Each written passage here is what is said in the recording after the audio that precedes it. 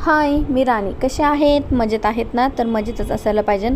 आज उन्हाळी कामातील प्रकार दुसरा. तर काय, आज आहे वेफर्स. मस्त छान असे बघा इथे अश्विनीताई आणि मी मिळून वेफर्स बनवत आहे. आणि इथे सगळे त्यांनी बटाटे मस्त छान असे सोलून वगैरे घेतलेले आहे. आणि आता वेफर्स पाडण्याचेच राहिले होते, म्हणजे त्याच्या ते गोल गोल चक्क्या काय म्हणू शकतो आपण.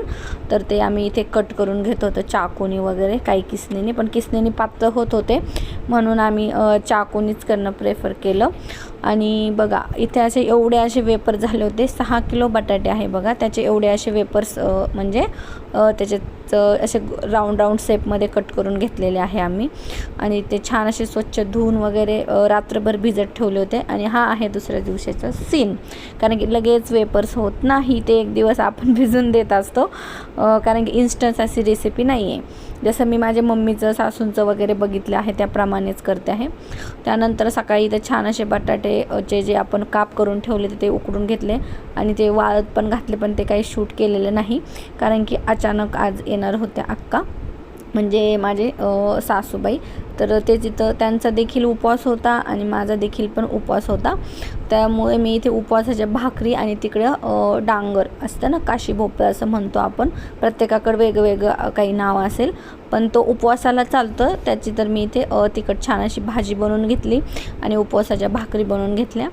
आणि इथे बघा ही भेळ खूप इम्पॉर्टंट आहे आमच्यासाठी, आम्हाला खूप आवडते आणि ही पुण्यात नाही मिळत. तर जे कोणी येतं त्यांना मी आवर्जून सांगते. तर अक्का देखील इथे ते घेऊन आल्या होत्या.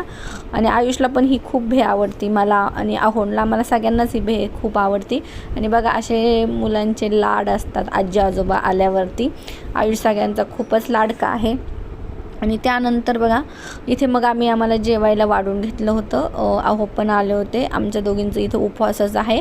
आणि ते अक्काने खिचडी देखील बनवून आणली होती गावाकडनं, आणि मी त्याबरोबर इथे उपवासाचं पण काही बनवल्या होत्या गोष्टी. इथे आहो पण आलते, आम्ही सगळ्यांनी मस्त छान असं एकत्र जेवण केलं.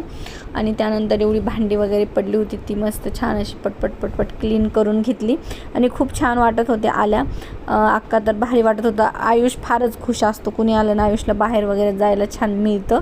आणि लाड खूप होतात ना, त्यामुळे असं त्याला आलं ना जरा छान वाटतं. चला, असं व्हिडिओला लाईक करा, शेअर करा, सबस्क्राईब करा. बाय.